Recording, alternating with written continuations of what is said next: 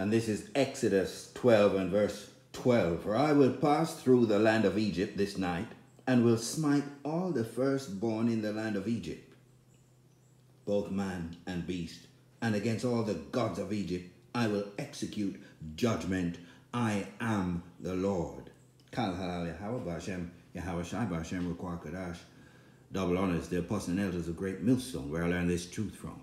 Peace and salutations to the brothers on down, teaching, preaching, pushing this gospel, good news to four corners of the earth, waking up the hopeful elect of the house of Israel. Greetings also to the few sisters that tune into these video epistles. We call this lesson from the text there, but we're calling it the second Passover.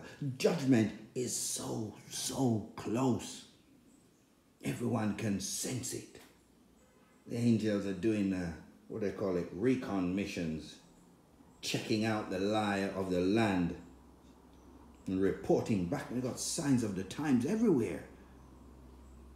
So much is happening, you just can't keep up with it. I just want to focus on these scriptures. That's what I like to do. And read the book and let the book speak. All the answers are in there. Let's go back, Exodus 12. Let's read now verse 13. And the blood shall be to you for a token upon the houses where ye are. And when I see the blood, I will pass over you. And the plague of death shall not be upon you to destroy you. When I smite the land of Egypt, the modern day Egypt is where this man dwells. What man? It's Esau, Edom, calling himself the white man. That's why since 1681, that's what this man's calling. People's color is not their nationality, but he's created all this foolishness and madness. You must call yourself black and white, this one's brown, this one's... That's not your biblical nationality. You are Esau, Edom, the Edomites. Our power is Yahweh. And his only begotten son is Yahweh Shai. And we are the true children of Israel. Doesn't matter what you want to call us. We are the seed of our fathers, and our lineage goes back to Abraham, Isaac, and Jacob. That's who we are. It doesn't matter how angry you get. They're talking about hate speech. How can it be hate speech just by saying who you are? What's the problem? Let's get some more. Just keep it moving here. Let's get Ezekiel. Should be next. Ezekiel 9. Ezekiel 9. Let's just get those two verses here. Let's go from 4. And the Lord said unto him, Go through the midst of the city, through the midst of Jerusalem, and set a mark upon the foreheads of the men that sigh and that cry for all the abominations that be done in the midst of the earth, in the midst thereof. That's what we're doing, and this mark, the Thawal, a mark of exemption. That's different to the Charagma that's spoken about in Revelation 13 and 16. That's a cutting into your flesh. That's what that's talking about. But this is different. The men that are sighing and crying for the abominations, that's what's happening right now. We're doing it. And to the others he said in mine hearing, Go ye after him through the city, and smite, and let not your eyes spare, neither have ye pity. Slay utterly old and young, and both maids, little children, and women, but come not near any man upon whom is the Thawah, and begin at my sanctuary. Then they began at the ancient men which were before the house. And the rest of these verses goes on to talk about this terrible devastation that took place, and it's going to happen again. Isaiah, line by line, precept upon precept, here a little, there a little. 31, Isaiah 31, let's get from 3 to 5. Now the Egyptians, the modern day Egyptians, Egypt, Mithraim in ancient Hebrew, synonymous with our bondage. It means to be bound up. We who? We the children of Israel, we're all bound up together. I think it's Jeremiah 50 and 33, where the southern and northern kingdom are brought together under slavery, under this man. What man? The man who says, I want you to call me white. It's him. This is the modern day Egyptian, spiritually referred to as a Sodom and Egypt. He's pushing out this madness, this death culture. Someone said if you put all these alphabet people on an island, in some years they'd all be dead. They produce nothing but death. There's no production of life coming from all of their practices. So Sodom and Egypt, it's America, Babylon the Great. Now the Egyptians are men and not God, and their horses flesh and not spirit. When the Lord shall stretch out his hand, both he that helpeth shall fall, and he that is holpen shall fall down, and they shall fail together, all shall fail together. For thus said the Lord, for thus hath the Lord spoken unto me. I'm getting excited, like as the lion and the young lion roaring on his prey. When a multitude of shepherds is called forth against him, he will not be afraid of their voice, nor abase himself for the noise of them. So shall the Lord of hosts come down to fight for Mount Zion, as for Israel, that's us, and for the hill thereof, as birds flying. So will the Lord of hosts defend Jerusalem, defending also. He will deliver it, and passing over, he will preserve it. That's that second Passover that we're looking forward to. Not the one that happened before. No, there's going to be another passing over. Oh, to be a part of that, we refer to ourselves as the hopeful elect, Isaiah 11. Let's go from 10. And in that day, what day? The day of judgment. It's coming up. It's coming up. It's so close. In that day there shall be a root of Jesse, which shall stand for an ensign of the people. That's a signal. To it shall the Gentiles seek, and his rest shall be glorious. And it shall come to pass in that day that the Lord shall set his hand again, the second time, to recover the remnant of his people. So this is a second time, a second Passover. It's close. The remnant of his people, which shall be left from Assyria, from Egypt, from Patros, Cush, Elam, Shinar, Hamath, and from the islands of the sea. And he shall set up an ensign for the nations, and shall assemble the outcasts of Israel, and gather together the dispersed of Judah from the four corners of the earth. It's all Hebrew Israelites, outcasts. That's who we are. We've been spread to the four corners of the earth. Deuteronomy 28 and 64 said that was part of our punishment for our disobedience to our power. Keep it moving. Isaiah 24, let's go from 10. The city of confusion. That's what Babel means, Babylon. Great confusion. Mix up. Foolishness, madness, everything fused together. What's the difference between this one and that one? We can't tell.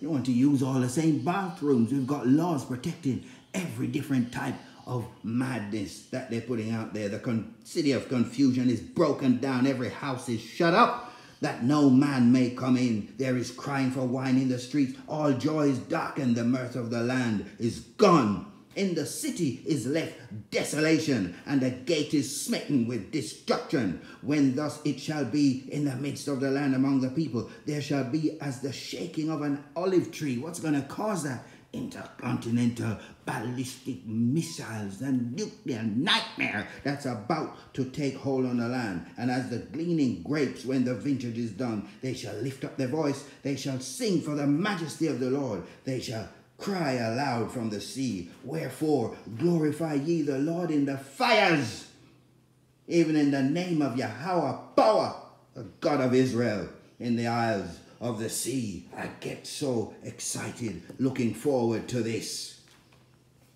You just want to be on the right side of our power. Jeremiah 16. Let's get 14 and 15. Therefore, behold, the days come, saith the Lord, that it shall no more be said, the Lord liveth, that brought up the children of Israel out of the land of Egypt. We're going to forget about that. But the Lord liveth, that brought up the children of Israel from the land of the north. Where's that? It's America. Babylon the Great. The Americas, primarily Babylon the Great, America itself. And from all the lands whither he had driven them, and I will bring them again. This is the second time into their land that I gave unto their fathers. It's going to happen. Let's jump. Let's get Jeremiah 50. Let's get through these. Jeremiah 50. Let's go from 1. The word that the Lord spake against Babylon and against the land of Chaldeans by Jeremiah the prophet. Declare ye among the nations, and publish and set up a standard, publish and conceal not. Say, Babylon is taken.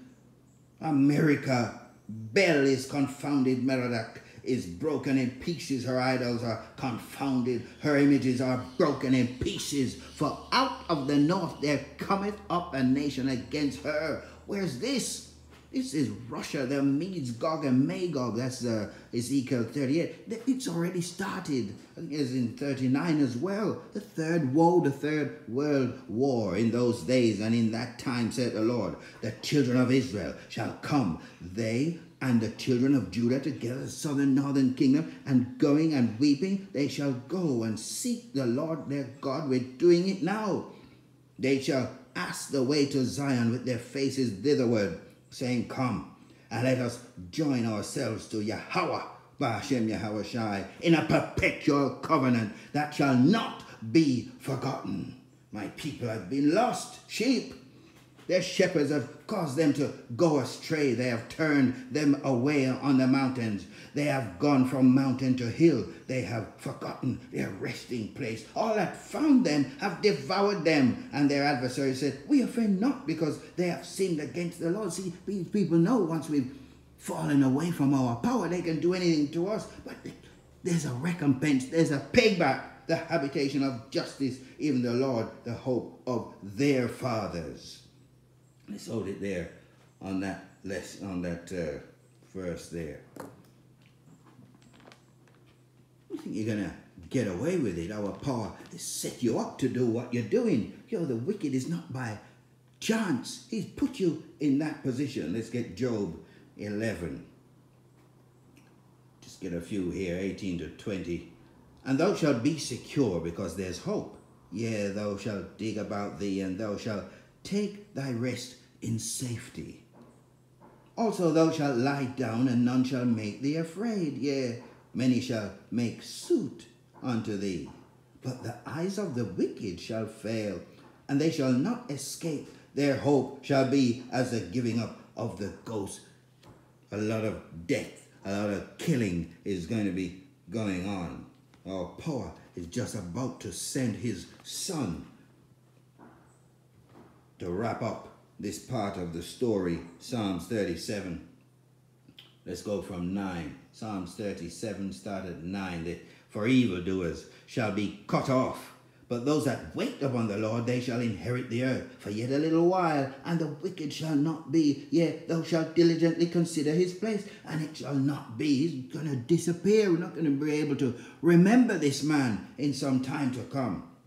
But the meek shall inherit the earth, and shall delight themselves in the abundance of peace. The wicked plotteth against the just, and gnasheth upon him with his teeth. All the laws and the legislation, they're setting it all up. They've done it for years, and now they're getting ready to enact it. The Lord shall laugh at him, for he seeth that his day is coming. What day? The day of judgment. Fire is coming to this place. The wicked have drawn out the sword and have bent their bow to cast down the poor and needy. That's the Hebrew Israelites. And to slay such as be of upright conversation. Their sword shall enter into their own heart, and their bows shall be broken. We're going to wrap up with this, the last part of this story here. If you haven't never read this in the Maccabees, it's definitely worth a read. This mother and this torture that took place under these so-called white man, the Edomites. This is the Greek captivity and some of their wicked practices against the Hebrews. So we're going to get the last few verses here of this particular story with this mother and her 7 sons. So 2 Maccabees 7. Let's start at 2 Maccabees 7. Let's start at 30. Yeah, start at 30. This is the mother, while she was yet speaking these words, the young man, this is I think the last of her sons, whom said, whom wait ye for? In other words, what are you waiting for? Get on with the torture. I will not obey the king's commandment, but I will obey the commandment of the law that was given unto our fathers by Moses, and thou that has been the author of all mischief against the Jews shall not escape the hands of Yahweh Ba'ashem Yahweh Shai, for we suffer because of our sins. And though the living Lord be angry with us a little while for our chastening and correction, yet shall he be at one again with his servants. But thou, O godless man, and of all other most wicked, be not lifted up without a cause, nor puffed up with uncertain hopes, lifting up thy hand against the servants of Yahweh Ba'ashem Yahweh Shai. For thou hast not yet escaped the judgment of the Almighty Power, who seeth all things. For our brethren, who now have suffered a short pain, are dead under the Most High's covenant of everlasting life. But thou, through the judgment of Yahweh, shall receive just punishment for thy pride. But I, as my brethren, offer up my body and life for the laws of our fathers, beseeching Yahweh that he would speedily be merciful unto our nation, and that thou by torments and plagues mayest confess that he alone is the power, and that in me and my brethren the wrath of the Almighty, which is justly brought upon all our nation, may cease. Then the king, being in a rage, handled him worse than all the rest, and took it grievously that he was mocked. So this man died, that's the last son, or the second to last son, and put his whole trust in the Lord. Last of all the sons, the mother died. Let this be enough now to have spoken concerning the idolatrous feasts and the extreme tortures. It's a worthwhile story to read. Just to wrap up here, this second Passover. It's about to take place, and we take comfort from these words.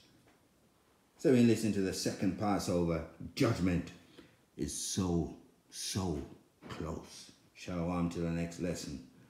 We no fear no guy. No, sir.